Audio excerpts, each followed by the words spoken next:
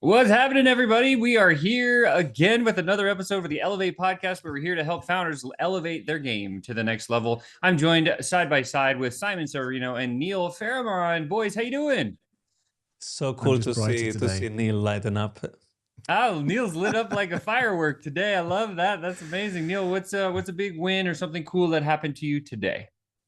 Uh, Last week I appeared on Simon's new show. Well, it's a new series in his workflow called Fix the Funnel, which was great. So he gave me lots of tips around what I should be doing better with my website. So that was cool. So that was a win. I've got lots of work to do now, but it's a great series, and I'm glad you started this off with me. So I'm honored to be That, part of that. Thanks, I Simon. love that. Yes, Neil, that's amazing. Simon, that was very kind of you. What's a big win or something cool that you've experienced in the last couple of days? I asked the universe for help and I received help.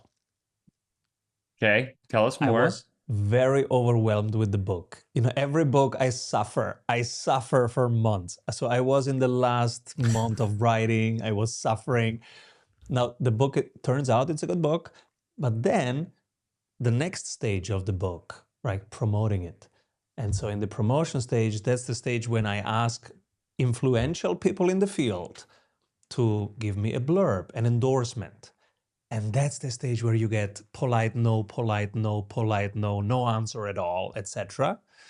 But, Michelle and I, we are pros. We don't give up. We stay on it. We continue asking.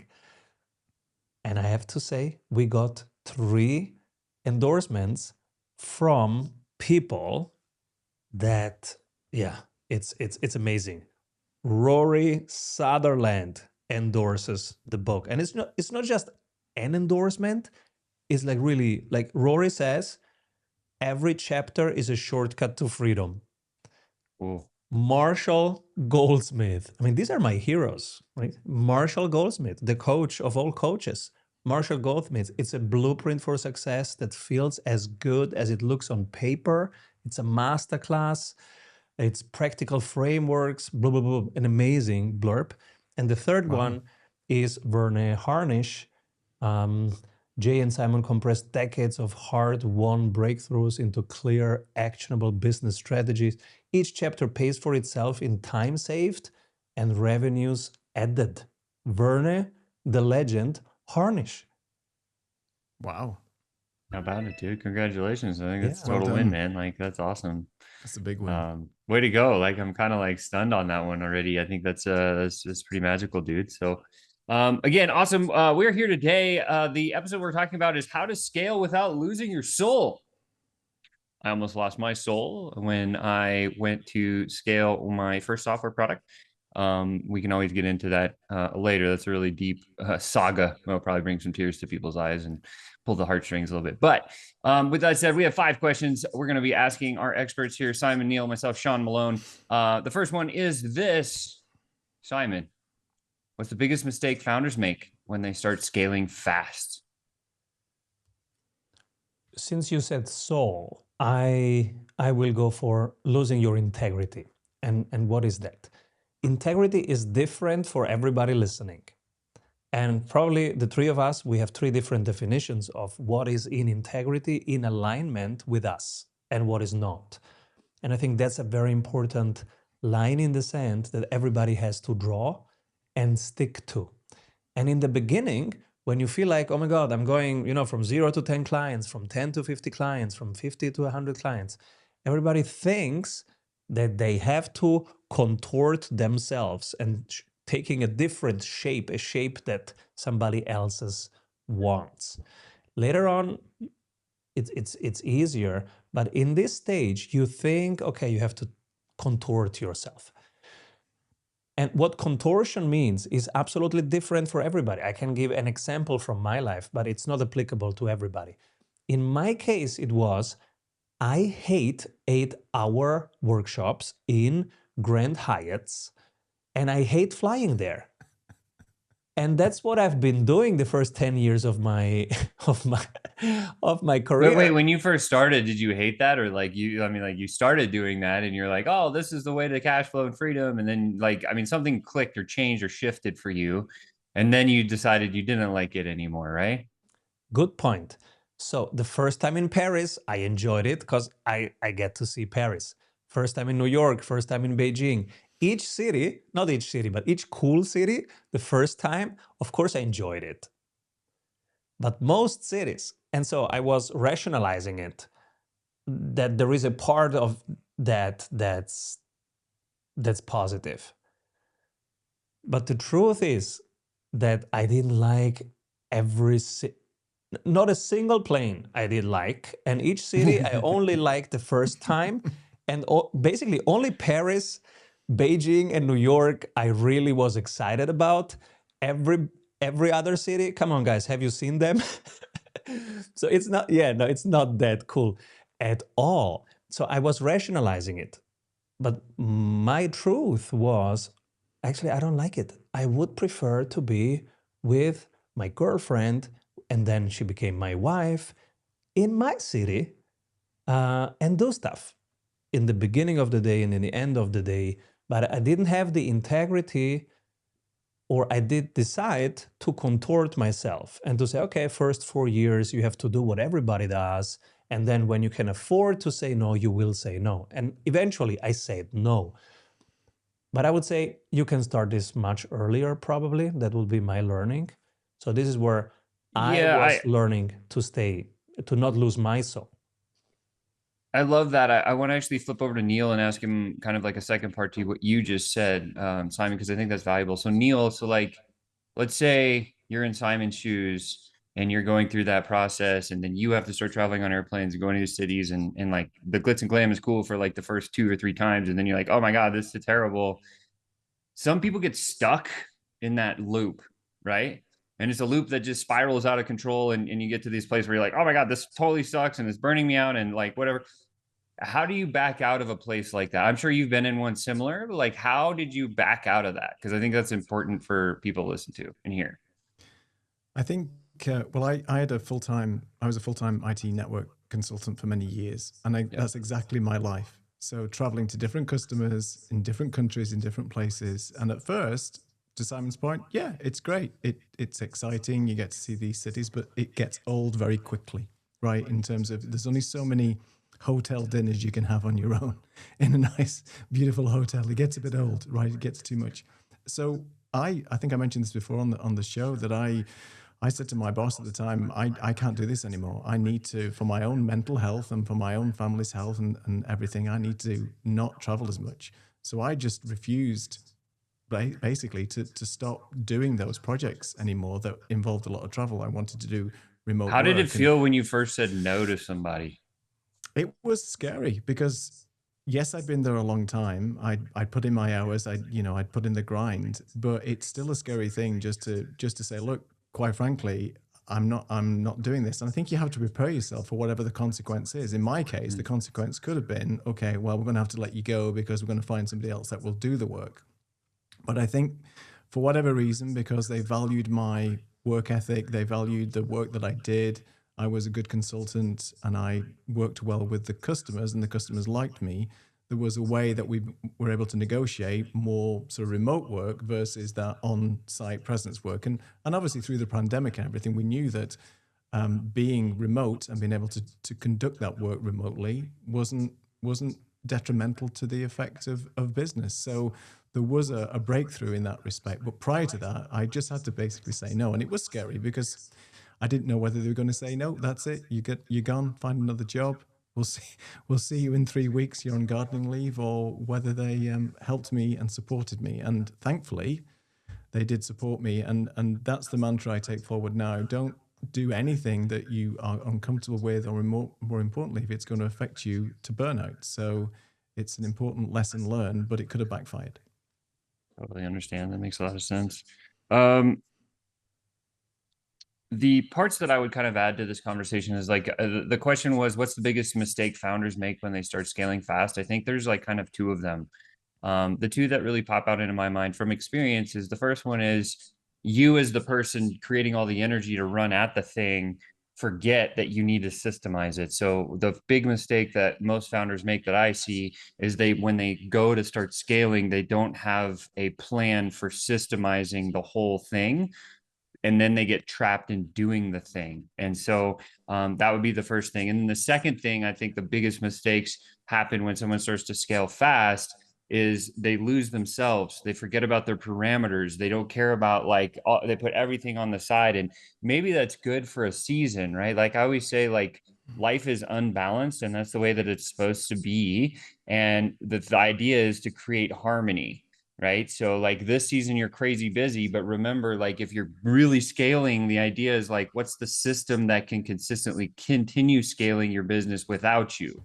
And so as a founder, like if we think through that, like that becomes a better way not to lose yourself in the whole process, because that's what we're talking about, is like how do you not lose your soul? Like losing your soul is becoming a slave to the thing that you're trying to scale without having a way out of it. So I think that'd be like kind of what I would add. Is there anything you guys would say at the end of that, Simon? I really recommend literally making a list. So sometimes I go for a walk frequently and just thinking about these things, like what do I want to do less of? What makes my heart sink? And How bit often by do you do that? bit, sorry? How often do you do that? Almost every day I go for a walk in the early afternoon with one question in mind, and it's sometimes related to what I need to solve on that given day. So I have to decide something. I go for a walk, I come back, I decide. And sometimes it's more of just going deeper into what I feel and taking it from there. So frequently I just walk and I feel what's very alive in me and what's kind of not true or not in alignment, right? What pisses me off, and why, and how do the others see it, and how would it look like from the perspective of my team, of the client, of some vendors, of other people, of my kids, of my wife. And so I have time, because I'm walking, I have time to look at multiple perspectives. And when I come back, I usually have more clarity and can take a better decision. And one of these questions is really, okay, what makes me feel really alive right now? And what pisses me off? And that question, what pisses me off, informs me, oh, you really don't like commuting, huh? So maybe you shouldn't commute. It's self-coaching. It's talking to myself and trying to become more and more true to myself, right? And I'm 45, so I'm getting slightly better at that, but I was never like super good at that. And that's why I have these conversations with myself in nature. Nature helps. And then I say, you really hate commuting, huh? What is it about commuting that you hate? I do like that. And I just like to kind of back up and put framework around things that you say, because I think it's valuable for other people to hear that. Like the framework there is, what time of the week, what time of the day do you have to work on yourself, on the business, not in the business? Like most people get stuck working in the business, doing the day-to-day tactical, practical stuff, and they never give themselves space to have that conversation, Simon. So I think that's really true. And I also would say, like, one things that really helped me was my coach, Alex Sharfin. He was like, take a day of the week and make that your on the business day. And since he told me that a number of years ago, back in like 2017 or so, whenever it was, every Friday, I do not do any calls with anybody on Zoom whatsoever. That's my admin day. That's my on the business day. And plus, I also have an additional 2 hours on Thursday with my CEO and my other leadership squad to focus on the business things, where we talk about that specifically. So we actually put it on our calendar, and that's allowed us the mind space to be able to develop things that create parameters so we don't go and lose our soul. And that's really what it's about. So like, I think anyone that doesn't have that kind of time like bucketed in their calendar should really consider putting an hour a week, right? You can do an hour a week. Like that's easy. Do 2 hours a week, maybe do a day if you can, right? Like if Zoom burns you out, Zoom burns me out. Yesterday, I was on 9 Zoom calls in a row, back to back to back to back to back for 9 hours. Like most people are like that these days, right? If you do that every single day and you don't give yourself space, like guess what's going to happen? You're going to run into a brick wall and you're going to get bags under your eyes, and then you're going to not want to do it anymore ever again. So giving yourself some break and rest, I think, is important, but also more so is like the on the business time, I think, is really valuable. Let's move on to question 2. Neil, how do you balance profit and purpose when growth pressures start to mount? Wow. Profit and purpose. I think at the beginning of any project, at the beginning of any business, like myself, there is a tendency to try and take on too much work just because you need to get that cash flow coming in and so on. And I mean, what I've learned is that it's not always it's definitely not the right approach, because you can just burn out very, very quickly by taking on so much work just for the profit's sake. So I think you just got to set boundaries. I think you just got to set boundaries with yourself and say that it's okay to say no to projects, even if it might, move the needle in your business. There's no point in taking on all this work just from profit's sake if you're not able to deliver it, especially if you're a one-man team like I am at the moment. It's very tempting to say yes to everything and then you're unable to deliver it. So I think you've got to definitely set your boundaries and be honest with yourself and say no to this, because at the end of the day, if you're burnt out and you can't deliver, then the profit's not going to make any difference because you're not going to be able to get that money. I don't know whether that answers the question, but that's the way that I would look at it in terms of from a profit perspective. Yeah, I mean, the part that I'd add to this is like, how do you balance profit and purpose when growth pressures start to mount? Would just be pretty simple, is like understanding what your survive line is and then understanding what the thrive line is, right? And so we must meet survive line. So you got to work your ass off till you get to that survive line. And then you play in the space between survive and thrive. And that's the space where you really have to focus on, how do I systemize this to go from survive, I put this much energy in, but then like, here's where I can get to thrive. And then once I hit thrive, like, here's how I'm not involved.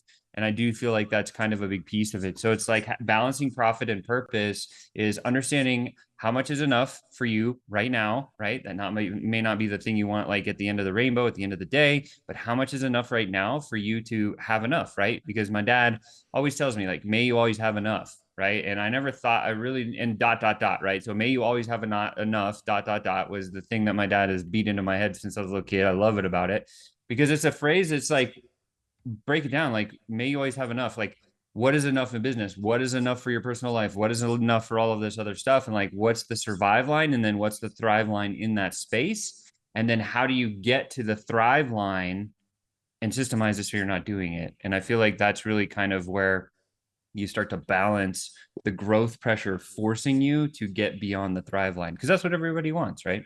Simon, over to you. How do you balance profit and purpose when growth pressure starts to mount? I learned this from my first boss, Fred Malik. He said, Simon, capitalism is not a game where you maximize revenues. It's a game where you find the minimum profit that you need. And if you are always above the minimum profit, you stay around long enough to be wiser and deeper in the market than your competitors. This is how you win. The minimum profits, not the maximum revenues. And I think he was right. That's how capitalism works. And the same thing applies to me and my little business. I'm not looking at how can I land the biggest possible revenue deal. I'm looking at where is the max profit. And profit means cash flows. So I'm looking for who is the ideal client and who is the anti-ideal client. How can I land enough ideal clients so that I can say no to the wrong people? That's one part. How can I say no to the wrong people? And if I have enough of the right clients, and if profit margins are high enough, I can say no more. That's how I think about it. And recently, the last 2 years, I've been thinking, okay, and now you have the right clients. How can you create multiple income streams and stack them upon each other from that same thing, so that I don't have the pressure to land, 3 new countries or 3 new enterprises, but rather, okay, what else can I offer to current clients? How can I repackage what I'm doing with one client, making it an online course and have residual income on that side? How can I repackage what I'm doing with one client, making it a book and have recurring residual royalties? How can I repackage what's in the book, making it a licensing deal And that creates, again, cash flow from the same thing so that I can multiply the cash flows without having to multiply the time involvement. That's how I'm thinking right now. Makes a lot of sense. Absolutely. Great answer. Let's move on to question number 3. Neil, what are the key things that keeps a company's culture alive when your team goes remote or hybrid?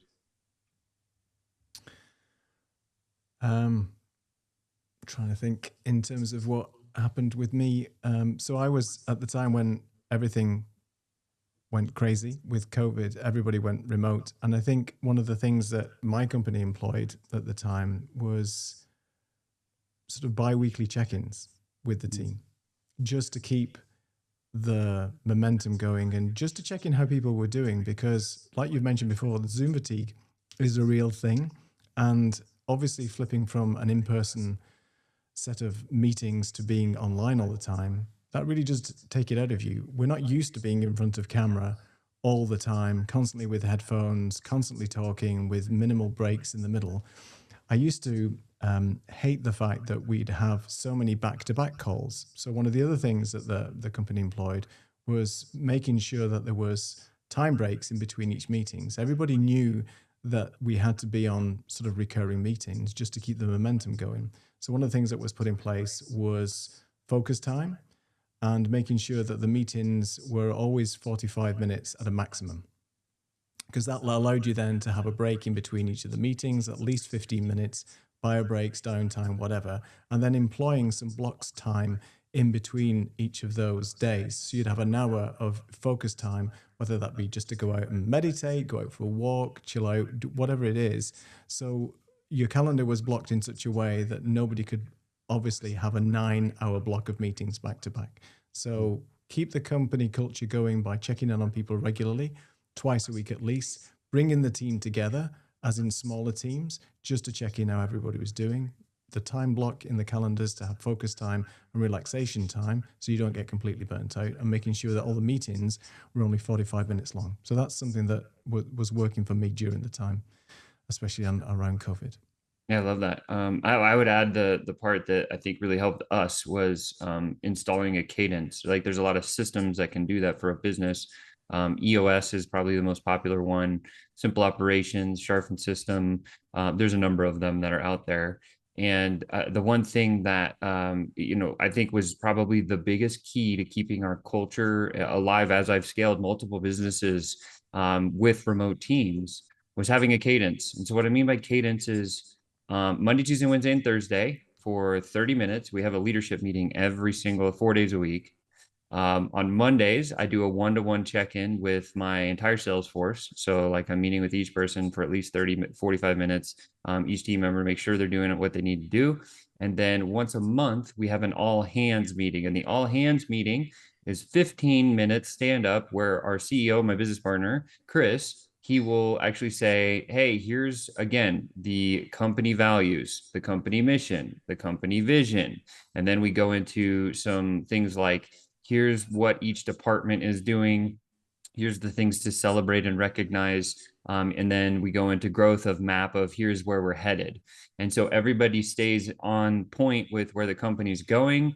Everyone knows the 4 values that our company represents. In fact, I started testing my setting team saying, hey, what are the 4 values of our company? I just randomly say it. They all knew all of it, which tells me that our culture will continue to thrive because we're all focused on the same thing. So I think putting in some sort of a cadence that you can manage, right? So, and again, meeting with your leadership squad for 15, 20 minutes every day, 4 days a week, making sure you handle any of those, hey, gotta minutes. The hey, gotta minutes are going to ruin you like they always do, right? So I think that's a big thing. Over to Simon now. What are the key things you believe that keeps a company's culture alive when your team's remote or hybrid? I can build on what you just said. Cadence has been a lifesaver for us too. And our cadence has been on Monday, we look at the strategic priorities. We have the focus card for that. It's this thing here in the back. Mm-hmm. And everybody says, what's my priority? And on Friday, we review. What did we do? What worked? What didn't? What do we learn from it? And what does it mean for the next week? These 2 meetings have changed everything, because before that we had a ton of meetings where we talk about each single, now we call them swim lanes, but they weren't swim lanes. So if you had a marketing project, you would try to get time with me to align on a decision. You would come with proposals, but you would want a 30 minutes time of Simon. And then you would say, oh, Simon, this is my plan for the website. Is it a go? Do you approve the budget? Do you approve the copy? And that was really taking away a lot of time from each other, because they couldn't run end to end with one task, and I couldn't do my stuff because I was interrupted by people who wanted a decision. And so we said, this must be better. I don't want to feel like I'm running IBM. This is not IBM. This is a small, agile team. I shouldn't have any meeting during the week. And I don't want any meeting during the week with my own people. I want to meet, Marshall Goldsmith and our clients and strategic partners during the week, and then come back and tell the stories on Friday at the campfire. And that's what we did. So now we have swim lanes, end to end. Nobody has to ask anybody. And the amount of meetings went down by 95%. And now rarely we say, hey, let's do a workshop. But we don't call it a meeting. We call it a workshop. And it's usually 90 minutes. For example, the website button is not converting as expected. We don't know what to do. Okay, Michelle says, let's put up a 90 minutes workshop. We have to find out what is it and what do we do about it. It's multiple steps. It takes a proper workshop. She can solve it in her swim lane. We need to do this together. But that's rare, and it happens maybe every 5 to 6 weeks. So our cadence is really Monday and Friday, and putting up swim lanes. So you run end to end, and you only look for workshops when they're needed. But otherwise, you just enjoy doing your thing and being creative, responsible, entrepreneurial from end to end. Yeah, I really like the idea of giving somebody a clear path. Like transparency is one of the things that hits me deep in my soul, is like, look, if you get stuck with a problem, here's the pathway of how we can solve it together. And at least if somebody has that transparency and that clarity of like knowing they can follow the path if they can't get it done themselves, I think is like a pressure valve release. And it allows that person to like not freak out, right? Because I think I've seen it where I've had lots of people freak out in my companies before, and so I think just giving them the clarity is definitely a very valuable thing to do. Okay, next question. Neil, I'll come to you first. How does a founder's leadership style need to evolve as the company grows from, say, like 0 people to 5 people, and then maybe up to like 10 people? This is a difficult one for me because I'm a sole founder at the moment. I'm just a person. That's why I asked without a team. Gosh, I think it's. I'm not 100% sure. I would hazard a guess if I was to do this and to grow my team. I would first of all have to set the expectations of what each team is meant to do, which team member, what their role is in that.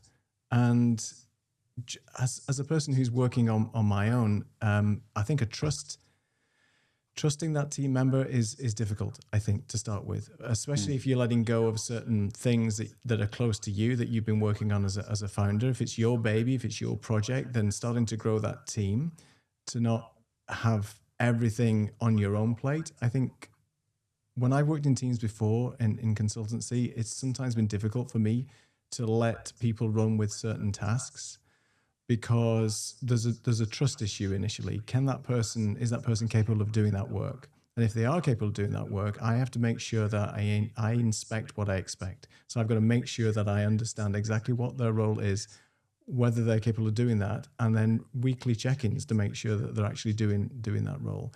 I think it's a difficult thing as a person, for me anyway, to be able to give all that work to somebody else. So I think weekly check-ins, inspecting what you expect from the team members, setting goals, realistic goals, and just keeping up the dialogue and conversation. But having never scaled to that degree and having people on my team, that would be an interesting one. So I'm not 100% sure if that answers the question for anybody, but it's a start, at least for me anyway. I mean, it's a great start, right? Like, Simon, I'll come over to you. Like, how does a founder's leadership style need to evolve as the company grows from, in your case, let's do like 5 people to 50, then maybe up to 100 or more? What would you say? It's very different. So, and it's tough because stage 1, land your first 10 clients, whatever price, even for free. Stage 2, you've reached 35K per month. Stage 3, scale it. Let's talk about these 3 stages. Leadership in the first one, there is no leadership. You are everything. So what does it even mean, right? You're just doing everything. That's stage 1 until you land those 10 and you really serve them so well that they become testimonials and referral sources. From there, when you have 10, now your only job is to really create a literal testimonial. And this is something like this. There is their face, there is what the results was and their role. And this is the literal 10 testimonials that you have to create. It's the only thing. You do 10, you make them happy, you make them refer. Stage 2, this is when leadership starts, because now you start getting an assistant, first colleagues. Nowadays it's more agents. You scale with agents more than with people, but it's the same thing. Somebody has to run the agents, somebody has to tell them what to do. And so you will probably have some colleagues, probably digitally, and a remote team. And now you have to write down what you are doing. So you literally write down what you did with those 10 in as simple as possible, in a few sentences. That's stage 2, until you get to 35K. When you get to 35K, now it's completely different. Now you have to fire yourself. And that's the tough part. Because you still feel like you are in stage 2 or 1. You're the same person, right? Maybe it's just 3 years later or 7 years later. Nothing really changed for you. You don't see your growth when you're inside your skin, right? But at 35K per month, 3-4 months in a row, now you are at scaling. And in scaling, you have to fire yourself. And that's why you were writing down those things, because now you hand them over one by one. And you do only the 3 to 5 things that are CEO things. And we can go into detail what these things are, and we can discuss. But yeah, now it's very different. So stage 1, you're everything. Stage 2, you start writing down, you start systemizing. Stage 3, you fire yourself. That would be my answer. I love the answer, and the framework I think is bulletproof. And in fact, I think that would be a great episode for what are the steps of growth as a leader. Like, that would probably be like dialed in for a great episode. If you were to ask me, like, how does a founder's leadership style need to evolve as it starts from 0 to as big as you want to grow? Like, the biggest sales team that I ever ran was over 1,000 people. The biggest direct report group I had was 110 people, right? So I can't say like I've done mega companies. I can say that I've been in a place where not too many people go.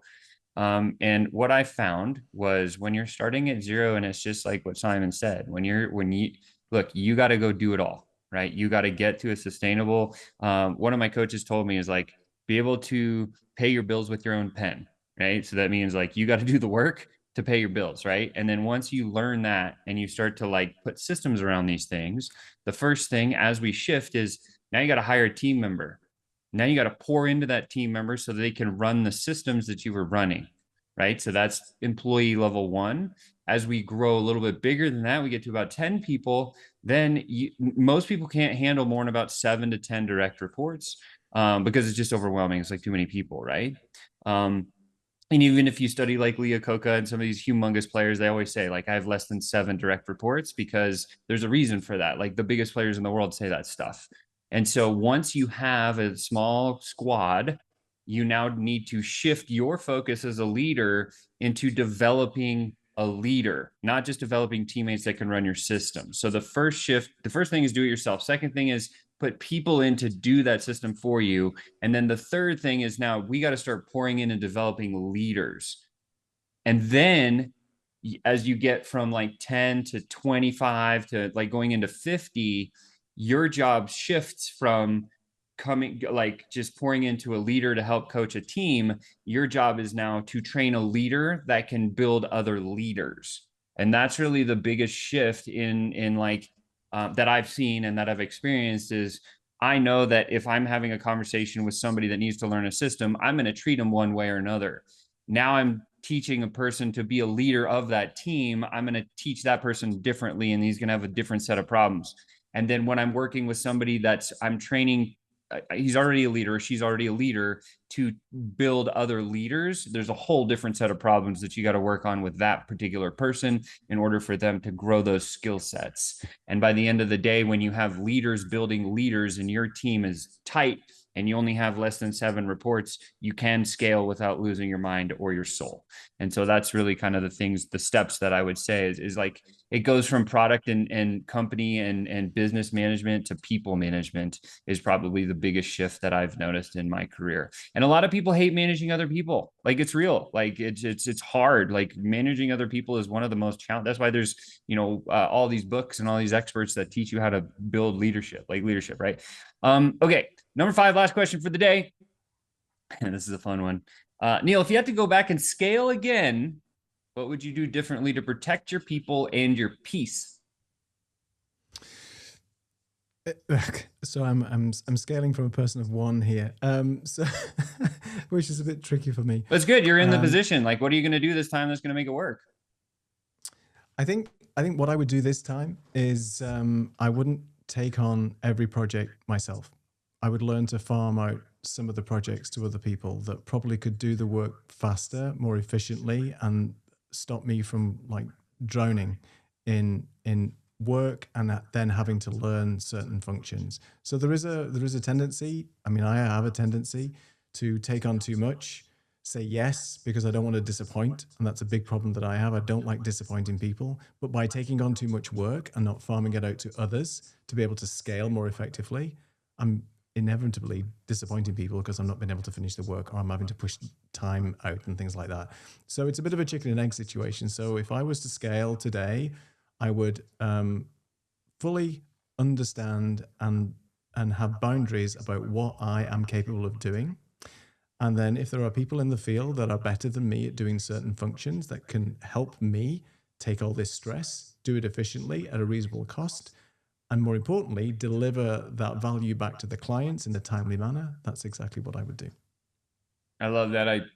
I hear coming from you, the first time I tried, I was closed-minded. Then now I'm going to be open-minded to like just staying in a swim lane. I think that's like a big piece of it too. So like, I'm glad that you cracked it open. That's awesome. Simon, if you had to go back and scale again, what would you do differently to protect your people and your peace? I think one element we explored already, it is instead of chasing for the next big client, I would earlier modularize and repurpose already parts of what I'm doing with my one-on-one clients into group work, into courses, into books, into licensing, and into affiliate partnerships. Because probably then you need just 15 clients and you can create enough profits for you to have a peaceful life, because many of those, they are uncoupled from your time. And that's what creates peace. I think for me, the peace is independence. And so it's 2 parts. One is independence. One is living in your integrity. Independence, I always think of Warren Buffett and Charlie Munger, right? They sit, they don't commute, they don't have meetings. They sit, they eat like a 5 years old, and they read books all the time. At 5 years old, yeah, they don't want to think about, hey, should I go to this restaurant or that restaurant? Do I eat crème brûlée or do I do it this way? No. They just eat like a 5 years old. They dress like the last time they went shopping was 1981. Yes. And it's fine. They don't refurnish the room. The room looks like 1981, but they are happy. And because they have optimized for independence, and that independence makes them peaceful. And with that peaceful mind, they take the best decisions. And that's why we all read their letters and devour their interviews, because they have eliminated everything that's not important, all these little decisions. Except, crème brûlée or not, I think it's important, but I'm Italian. They don't. They don't. Okay.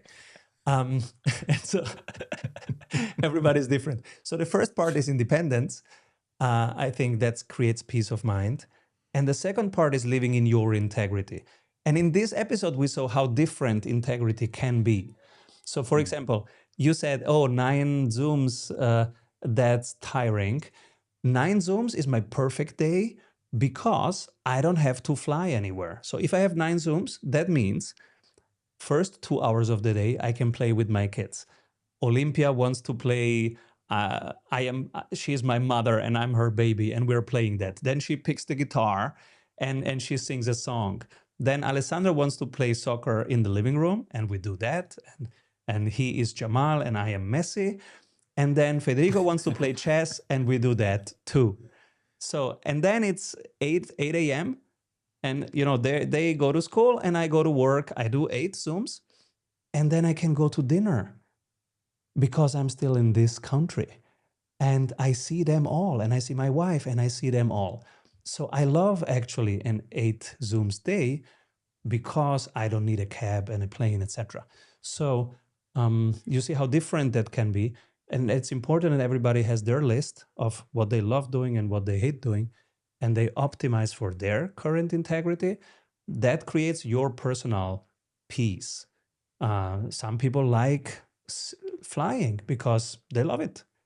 Well, then make sure you are on planes a lot. That's your peace probably. And other people want to live like Warren Buffett. Find yours and optimize for that. Yeah, I couldn't agree more. I think the big thing that I would do is one of the things that I do now. I think that's really powerful. So, like, say for example, like we hire, business development reps, setters, right? And one of the things that I found to be very, very helpful as you scale and to develop team culture is to give them what we call a 4R document, which is the role, responsibility, requirements, and results expected for that position. And then at the end of that, so they have clarity of their mission, but then at the end of this, there's 4 different ways they can grow into the company. Because the biggest thing that really hurt me as an employee, and then as a first-time founder, now I'm an 8-time founder, was glass ceilings. I hate glass ceilings. And so if I had to go back and scale again, I would do kind of what I'm doing now. Obviously, I'm following my own, say what I do and do what I say, but giving people a lot of clarity and transparency in their role and what we expect out of them. But then also saying, look, this position as a setter in my business is not more than 18 months. It's a 12 to 18 month position. At the end, you have 4 choices. Number 1, you can continue being a setter. Number 2, you can become what we call a sales affiliate, where you just use your own socials to generate opportunity. You make affiliate commission, which is a big thing. Number 3, you can become a sales professional, and I'll teach you how to sell. And or number 4, you can move internally into our organization, into the operations or customer service side, depending on what your interests are. And those are going to be determined as we go through this next 12 to 18 months together. And that's kind of how I manage my team, because then they know, like, okay, Sean said 12 to 18 months. Here's what I got to do in the 12 to 18 months in order to stay employed. Basically, there's like minimums. And then it's like from there, I get a choice of what I want to do after that. Right. And so that's been really helpful in terms of like scaling team.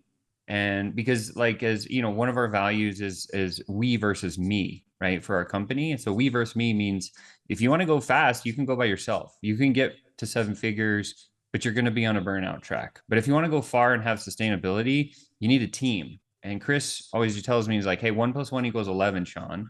And I never really understood that until I understood that. And what that means is, let's say you have 5 people in your squad, and everyone has 8 hours in one single day to be productive, and everyone is very clear and transparent on what they got to do and got to get it done. Now, if you eliminated those 4 people and you still wanted to do all the work that all 5 of those people are going to do, you're going to burn out. And you can't do it on your own. That's what he means by we versus me, is like, we can go further and have more sustainability together as a team. We just got to be tight and and be right. So again, I think system, team, scaling, cadence, like the heartbeat or the rhythm of the company, and then just a lot of clarity and transparency with like no glass ceilings is how I run everything. And it seems to work extraordinarily well for me and all of the people that work with me. So that would be it. All right, let's do takeaways from today's episode and we'll call it out. Neil, what's your biggest takeaway from today's session? I think finding that piece that Simon mentioned around just learning to what works for you, and basically setting boundaries from my perspective, learning to say no, and making sure that once your boundaries are set, that you're basically not going to burn out and destroy yourself. I think boundaries are really important, and making sure that you stick to them, because we all have intention sometimes of setting those boundaries, but very often we don't actually stick to them. So that's important. Yeah. Alignment. I think I would agree. I would say I like those takeaways too. And then I would say also, I think big one for me is just like the levels of leadership that Simon kind of designed or shared, I think are important to just remember that like it goes from business and skill management and product to people management, and continuing to be a better people leader. I think it allows you the skills to grow fast and far. Simon, what's your biggest takeaway from today? My biggest takeaway is how important it is that everybody designs their own list of what makes them alive and what pisses them off, because integrity is something totally subjective and it changes with the stages of your life, right? And that we allow ourselves also to change that list when things change in our life. And the other part is how important it is to have a cadence. Actually, yeah, you gave this word, which I think puts the right word onto an experience that many of us have. When you have a cadence, when you have a rhythm, a team gets that support and that it's like a rowing regatta, right? Everybody finding a cadence that works really feels different than all the chaos that's before. Yeah. Well, that's going to bring us to the end of this episode, guys. Thanks so much for being here and listening to the Elevate podcast, where we're here to help founders elevate to the next level of their business. If you guys had any big takeaways, please drop them in the comment section below. Don't forget to smash that like button, cheer for Neil because he's got sun and shine around his head, and share this out to some other founder that might need it. And we can't wait to see you next time. Ciao for now. Avoid trying to do thousands of things that doesn't work. We have 274 templates for your business success. Reach your ambitious goals with one-on-one sprint coach. We double your revenue in 90 days. What if your business would run well even when you are on vacation? Discover how 1,600 business owners have regained their freedom using the Strategy Sprints blueprints. How they enjoy living their dream and watching their business scale. Get the exact checklists they use to go from stressed to fulfilled using the Strategy Sprints method.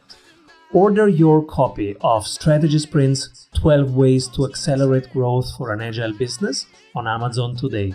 And if you love it, leave us a review. For more information, head over